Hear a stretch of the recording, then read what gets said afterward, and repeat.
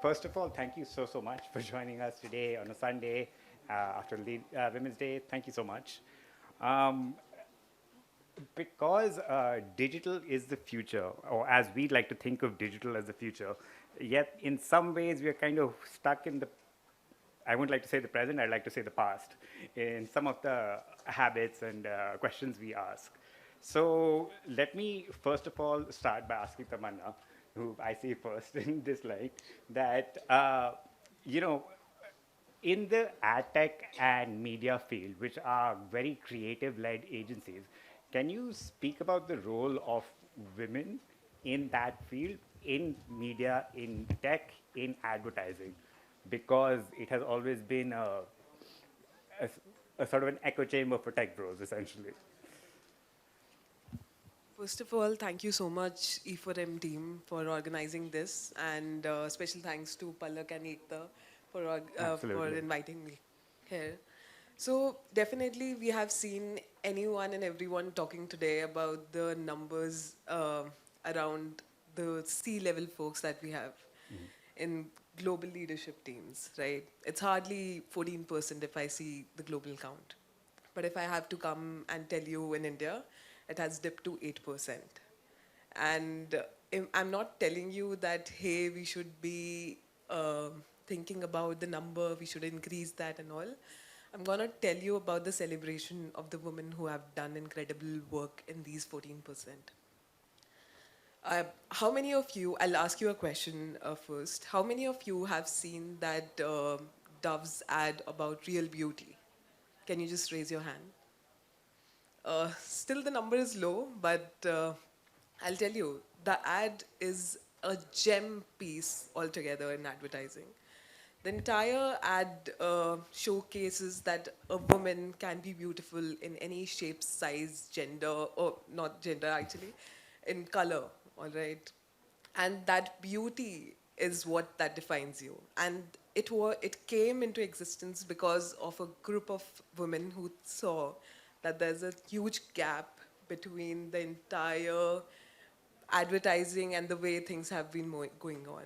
And kudos to these women who actually think that being good is good, but being different is better.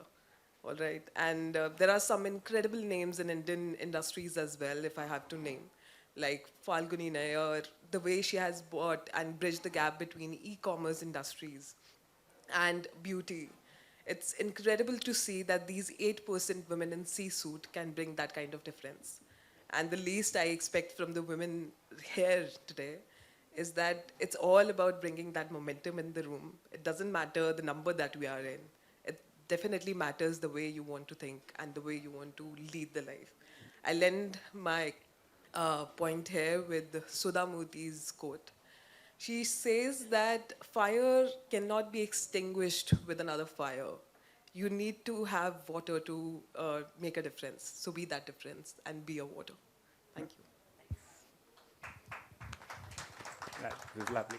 And of course, if I could ask you to sort of just give examples which you have seen, which have really driven, decisions within that field, like, and what has driven really innovation, because I would imagine some of us are sort of blindsided when we go into strategies and, trying to appeal to the broader public.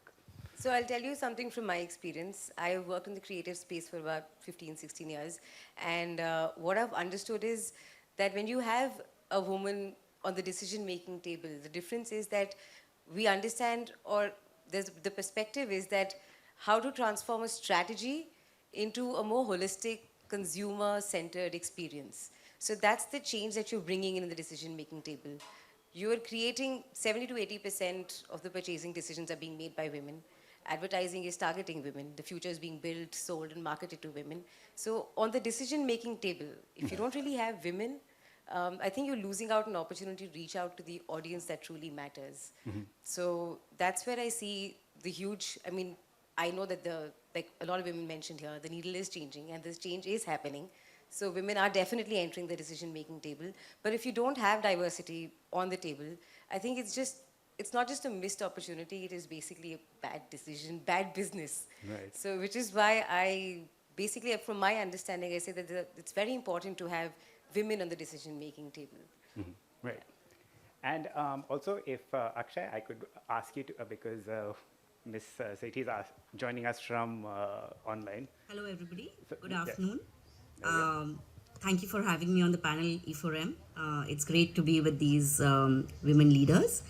And, when it comes to why do we feel that women can help drive innovation, I think women, from the way they have been brought up, the, you know, the social cultural experiences that they've had, allows women to really be open to change. And I believe that the biggest thing, the bedrock of innovation, is being open to new ideas. And that's what helps women really listen to others, listen to new ideas and perspectives, drive collaboration, and that's what really drives innovation. I've seen that as part of the roles that I have played in my previous years as well. That for example, when I joined the sports team from the entertainment world, I was able to bring a lot of new thinking because I was open to the same team giving me new ideas. I was open to listening to them versus being stuck with certain way of thinking. So I feel that you know women are very uniquely very uniquely placed to be able to drive innovation, especially in this VUCA world where every day is ever changing. I believe women play a very, very critical role. And Shwani and Shraddha I'm going to come back to you with this particular question, but I'm curious, as as we've already spoken about the underrepresentation of women in leadership positions, as leaders in your own field, which are the most significant barriers you have faced? Which of them are changing, and which are any things that have come about which you believe are really, helping drive that change? So I'll take this up. Thanks everyone, I'm Shraddha and I'm Chief Creative Officer at Brute India, which is a very young digital publisher, and Gen Z is our more target audience. So for me, one very, very important thing is, which is a big realization for me, because when I started transitioning in leadership roles, like from middle management to senior to C-suite, uh, I have always been a very empathetic leader. And there's one thing which I really want to bring here, is empathy is very, very important. And I think I was called out many a times by my male bosses that you are too soft, you're not tough. And I question myself many a times. I've cried in office washrooms. Am I actually too soft? Am I actually very vulnerable? Uh, but one of my female mentors, she always gave me this conviction that be proud of your vulnerability, and empathy is your power. And I realized, I think what I have earned as a leader is a great clout of people who have been working with me, and they love working with me. And I work with younger people. They don't want bosses, they want mentors. So I think for me, that whole realization that empathy in a woman is very, very important, and that makes her a very good leader. And now in 20 years of my career, I'm very sure that that was something which was called out for, has become my strength. Because if you have the ability to put yourself in someone else's shoes and to understand, like in my team, there have been many, many different kind of people. There was a girl in previous team, very hardworking, but she had issues. She could not come out late night. A lot of people attacked her for the same thing, but I understood that she comes from a family who has allowed her to work. That was the biggest thing. Right. First I used to tell her, why don't you fight with your parents? But then I understood what's her journey like. But she was amazing in certain things. So, I could place her in a role where she was more strategy driven rather than, so it's different. Uh, so that's why I think empathy is very, very important. And also, as I said, vulnerability uh, is equally important for a woman leader, at least. Because when we are working with a team, which is sensitive team, I think it's very important to tell them your success, but also your failures. Also to tell them, there are times when you are not able to cope up, because that is how you are kind of empowering them to also come up. You are not pressurizing them to behave in a certain way, that this is how leaders behave, this is how. So I'll just give you an example. My daughter was giving her boards, and I was working with a very big media organization before Brute, and I was going through a very tough time with a lot of deadline-oriented work, etc. And my daughter was giving her boards, and she has dyslexia, and I was going through a difficult phase. But when I opened up to my young team, the kind of support I got was also something very unique. So as a leader, it's not just what you are giving, but how you are seeking it from your team, and how you are making your team also understand that these are important values to grow up. So something called tough love, I think, is very, very important. Yeah. And of course, Shivani ji, you have sort of run the whole gamut from, Yeah. super male-dominated ESPN to Star, and of course, you're starting your own Absolutely. thing. So could you take us through your Absolutely. journey? And thanks, Shraddha, for touching upon the most important softer aspects of leadership. And, I sort of perked up when I heard from Shubhra, women in sports aspect, because like you rightly said, I've spent more than 10 years in sports, in ESPN, in Star later, and also in general entertainment, which looks into a very different aspect of media. And post that, I've been privileged to work very closely with female entrepreneurs across tech, across media, across various other spheres. So, like you rightly said, it's a gamut of areas of expertise that I've touched upon. And, just a little bit of data points that I was going through after I got invited for this conversation. And I was slightly taken aback by the numbers. In sports representation, for example, Tokyo Olympics, which happened in 24, which was just last year, female representation of athletes was 47%. Indian contingent was 44%. Media representation of female athletes was 4%. In the tech world, globally, including the top 100 NASDAQ-listed companies, the IT companies' representation of women is about 30%. The leadership representation is less than 14%. India is less than 10%. In media, like Navika rightly said some time back, depending on different business formats, it's anything between 15 to 20%. In places, it's also 10%. In the startup ecosystem, because I work fairly closely with some of them, the revenue delivery on each dollar spent or invested is the highest amongst businesses which are led by women. But they only attract a fraction of investment from anywhere. So that's what we're talking about here. But I would like to flip the coin and say that's also the opportunity. We are 50% of the population, and the gap which remains is anything between 20 to 30%. Absolutely. And so what needs to be done about that then, right? And so how does, for example, the athlete representation or women representation in sports change? That changes when there are women at the decision-making table who are taking those calls.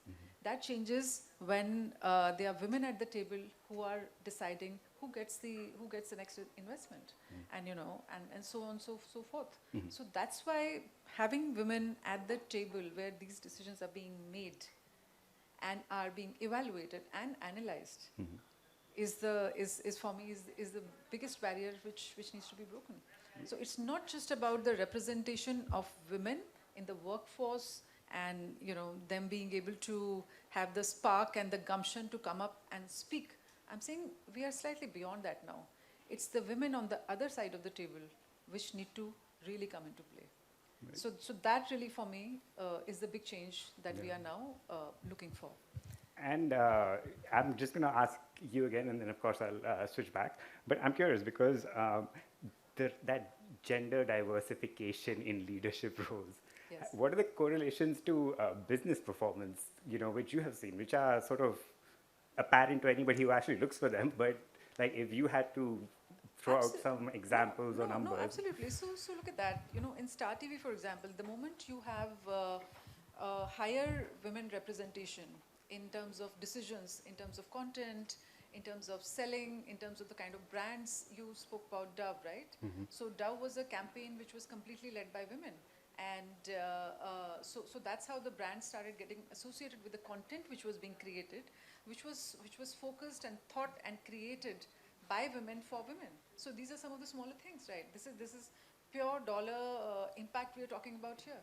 Similarly in terms of sports, when I look around me now, very small example. So Ladakh is known for ice hockey, right? Ice hockey till now has been a men domain. Women are only in the support roles and all around.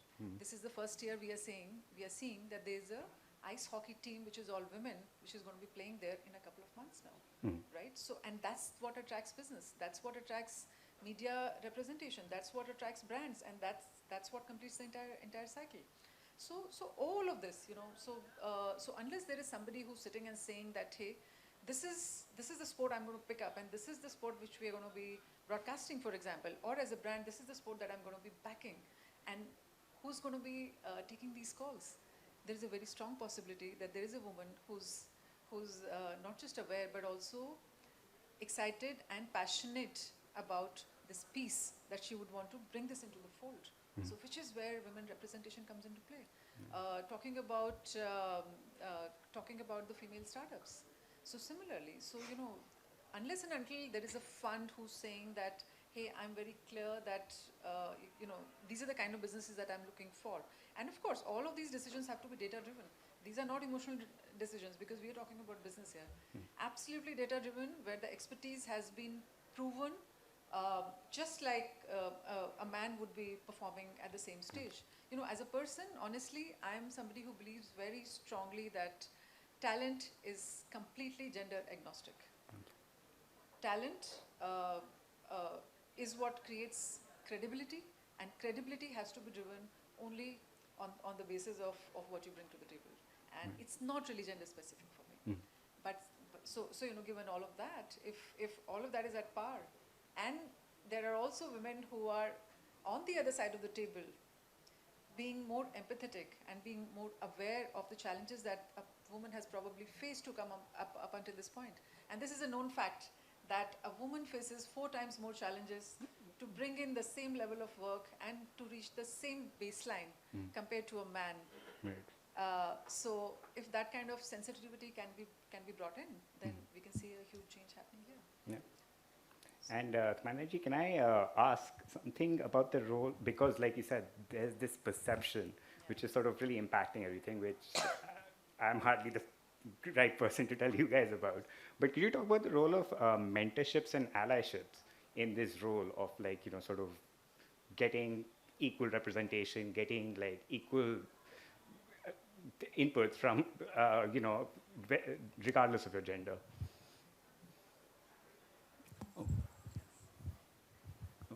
I'll take this up. So, I'll give you a small story.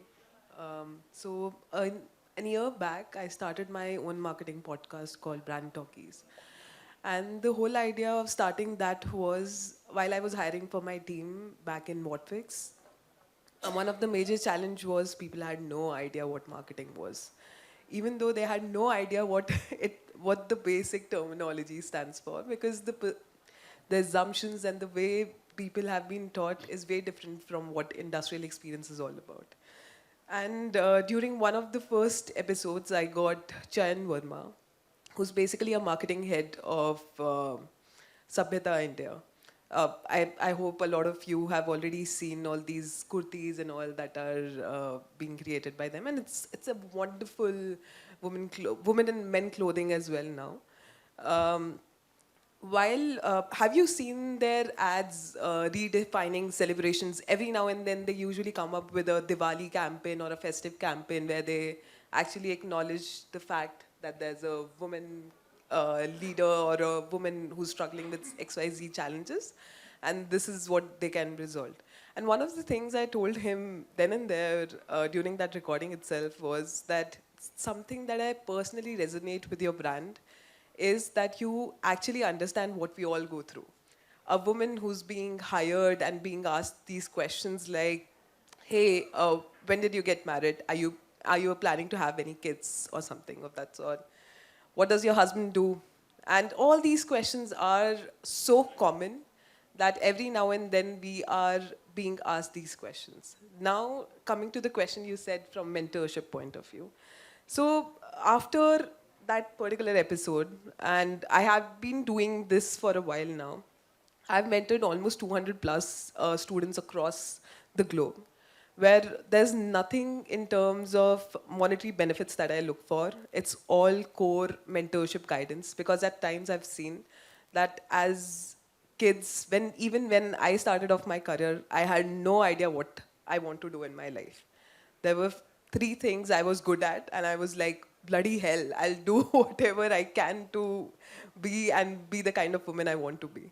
To be honest, I now feel that there's a high time need that there should be mentors who should be there. Even if I have an audacity to be a leader now, if I give those 10 learnings or 20 learnings throughout a month or 2 months, 2 months of course, and I sit with these people, like Shraddha mentioned about empathy. Shivani mentioned about her own knowledge and skills around sports. So even women leaders like us, even if we can give that 5 minutes or 10 minutes of our time to these young souls, I think there's a lot of difference that we can bring on the table.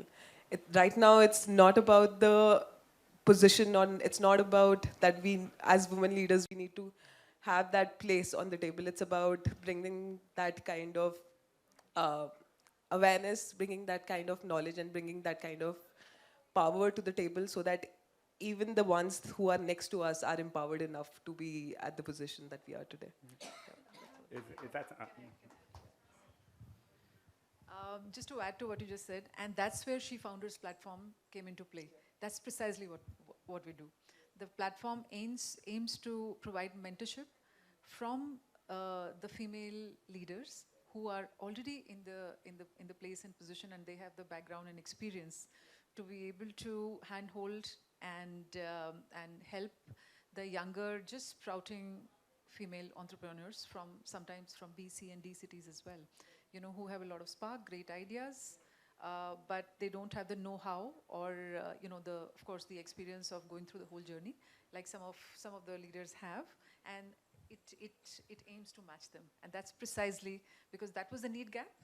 The biggest need gap today for women leaders, younger leaders to grow up faster is precisely this: the lack of networks, the lack of mentors around them who would actually invest in them, take some time, and then take them right up to the place where they could be looking for funding and things like that. So that's where She Founders came into being. and Shataji, in your perspective, because you sort of lead the team, and as you said, it's sort of new. Is there any barriers you face when it comes to like pitching and stuff like that? Because of course your work would be fantastic, but do you see in perhaps some companies, and not to name names of course, but that there is this sort of hesitancy, should I call it, or that is that still in play? See, Brute, I think our 50% workforce is women workforce. Our editor is a woman. I lead the creatives. I am the woman. I'm a woman, and my whole team is more women-based. So, not from client point of view, but internally, when we talk about mentorship and all, there's one thing which I've always felt being in different forms of media is that we generally gravitate towards hiring people who are like uh, who are like us. You want to kind of hire people with same opinion, same perspective. Um, so diversity, I think, is a very conscious thing which you learn when you grow. I think it must have happened with all of us because if my company has a certain kind of requirements, I would look for certain kind of people. But I think that is very, very important to break. So this is what I have learned. This is a conscious decision in my last 5 years to hire diverse people in the team. I'll just give you an example. Like in my, uh, if my team is English-speaking team, I need to have people with regional language for their flair of story, which they bring. I need to have. So I had two people in my team, and now they have become celebrated. They are gay podcasters. But you know, to give them that safe space where they could come, work, and feel safe to even come out and tell the story. I think it's very, very important uh, to give that kind of diversity as a mentor and to incubate that culture. So this, and if that is there, I think the output will be very, very different, because obviously when it's happening internally, it's going to happen externally. Right. Yeah. And Vidiji, we had a very brief moment of conversation, outside. And as you made me realize, a lot of my questions are sort of very biased and trying not to sound biased. So at forums like these, like, what do you think are the more important questions to ask? So what you're asking is absolutely right. The conversation that these ladies are have saying, the things that they're saying, I'm learning. I'm also on my journey where I'm growing. There's so much that I'm learning from the experiences they're sharing. See, talking about mentorship is important because there is a barrier, there is a gap. So you're asking the right questions. And from my personal perspective, I have to mention, I had to look for mentors. I had to find people. I had to ask my questions. Of course, everybody is hesitant. I was hesitant as well, but eventually you have to realize that, if you really want to grow, if you have a career plan, you need to find your people, you need to find your questions. And I think organizations need to start implying that and have a clear career plan when you know there's talent, when you know, because I've actually been very fortunate because I've got leaders who've taken time out and shared their insights, and they've pushed me towards opportunities. So I've been very happy there. So I've realized that if a company has a mentorship program, you're providing, I mean, I'm not just saying women, you just have to find talent, you have to nurture talent, and you have to give them equal footing to not just sit on the table, but also actually have the confidence to shape the conversation. And that is where mentorship is very important. Women are hesitant, and you need to find them and you need to push them towards accomplishing their goals. And also, Shubhraji also had a point. Akshay, if I can trouble you. Akshay, yeah, there you go. Sorry, sorry. Yes. Comes to understanding different consumer bases and the diverse audiences that we talk about, I think women actually have a superpower, right? The biggest superpower which we have is empathy. And there's nothing better than understanding and diverse audiences and understanding diverse perspectives than to be able to put yourself in their shoes. And women have the ability to think from the point of view of different consumers. So, across all the years that I've been part of, work with different brands, and each one of them targeting different audiences and looking at their needs and their wants. What I've seen women being able to deliver is that, they've been able to really understand this diverse audience as well. And in fact, if you look at the world of market research, it's a well known fact that there are many more women in the world of market research than in many other fields.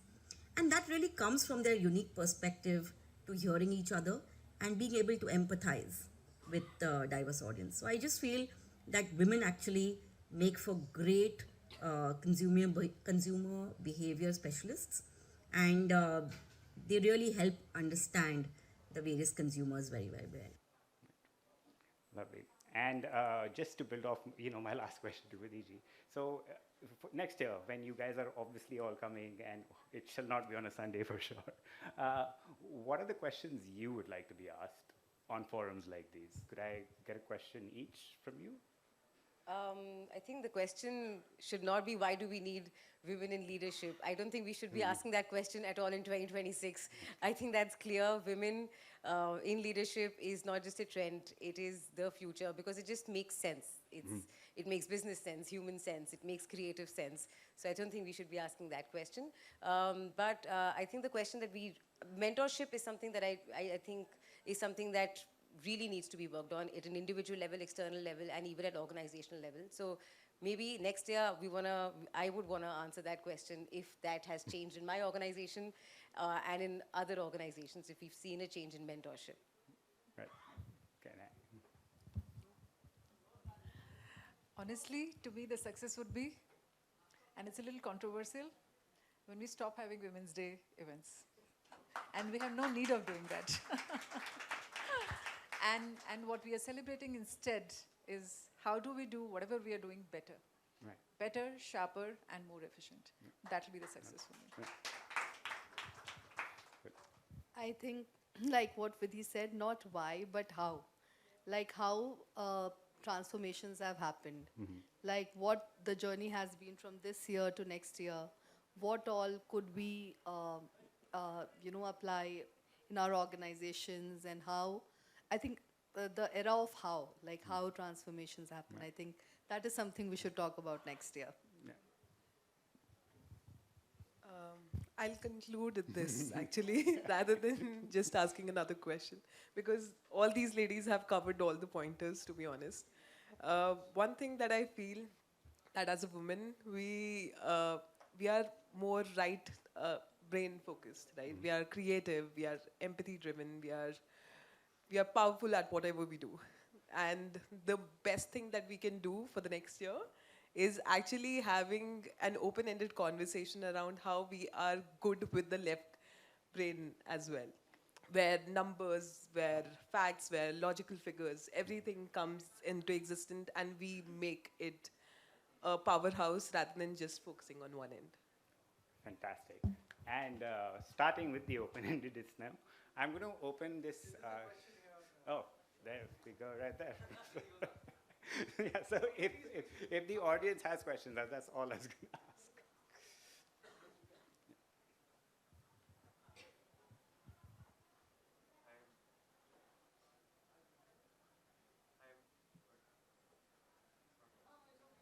I'm Bridge. I am the editorial lead for Martech at Exchange for Media.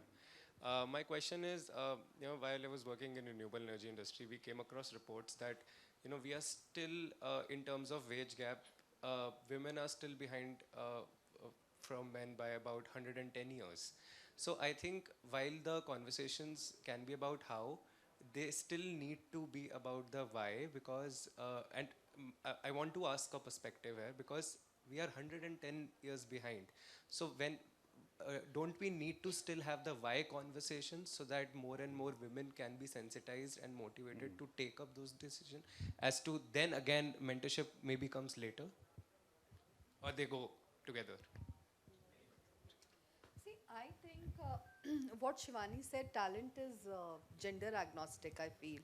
So I think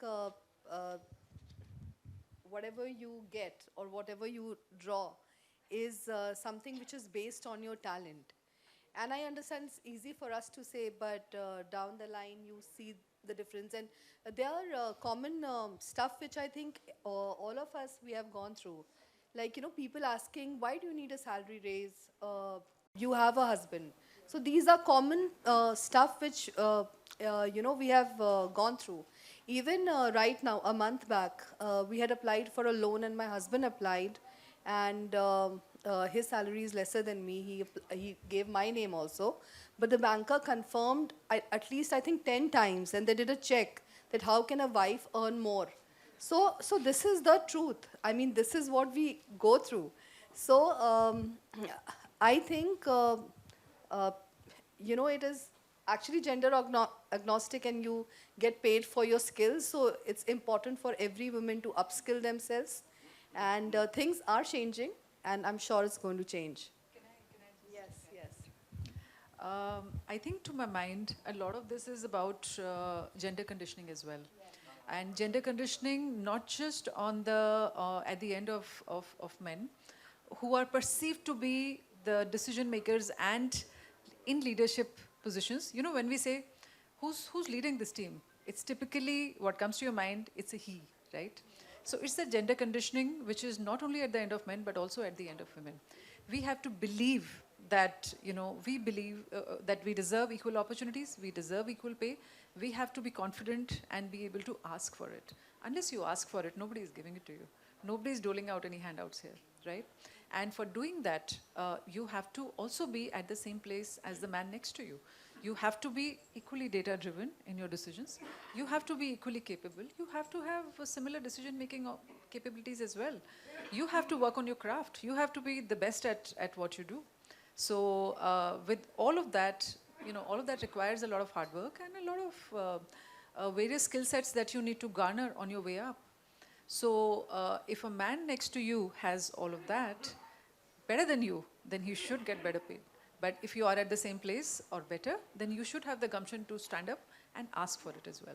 I think that's where the gender conditioning also comes into play. Which is why I just have to add, which is where, again, mentioning mentorship again, which is why it has to go hand in hand. By mentorship, you're empowering them, you're giving them the confidence. It's not just about guidance, you're actually championing a potential which they probably don't even see in themselves at that moment. So, which is why that has to go hand in hand. And you have to start that conversation. You have to ask for it. As Shivani said, nobody is going to give it to you. I mean, right, if we go back, even Mohammad Rafi and Lata Mangeshkar. Lata Mangeshkar demanded 1 rupee more than Mohammad Rafi fees.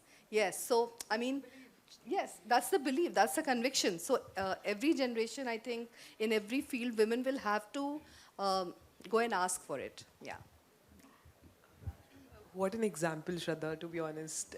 See, back then, if this can be asked and said, we could have done the same. We can do the same today as well. One of the major challenges that I see as today's leaders is that we don't speak up. And I think it's high time that we put our foot down and say that this is what we are, this is what we have done, and this is what we demand. Right. I don't think you can end it better than that. Thank you, everyone. I think we are done with questions. There's. Is there a chance for one? Yes, yeah, sure. Please go ahead. Sorry. Hi. It doesn't matter who I am. This is a women's conference. So, we thought about this as a women leadership title. To get to a leader, even a man has to kill 9 people to get there. And what do you think? Successful women, should they, be good at it? Because, should they remain feminine and have a feminine approach to it? But usually what we see is that they actually try and be better in the game than men by being better in a male, where the game is played, where the rules are set by the men. So, what do you think about this? So a very limited point to this, that women come with their own set of extremely valuable characteristics that they bring to the table, and that's what their strength is as well. We spoke a lot about empathy, and we spoke a lot about other values which a man probably, I won't say lacks, but maybe a little less fluent with, that women are. And that's the strength, and that's what needs to be brought to the table and actually turn into a strength. Instead of trying to become a man, I would never want to do that. I have a lot of other characteristics which play extremely well in my favor, and that combined with everything else that's required is what makes me a winning combination. Are we saying we are superior? No, not at all. We are just different, and we are proud of our different abilities that we have. They are proud of their. Absolutely, and they work hand in hand. Yeah, we don't replace each other's qualities at all. And when both are combined, then that makes a winning combination. So why would I want to let go of any of that and become a man? No. I would say the ladies would probably empower the next 9 people rather than try and kill them, and people being the operative word. I think we are done with questions. That was a lovely thing. And I'm now going to hand it over to Aditya, who does this much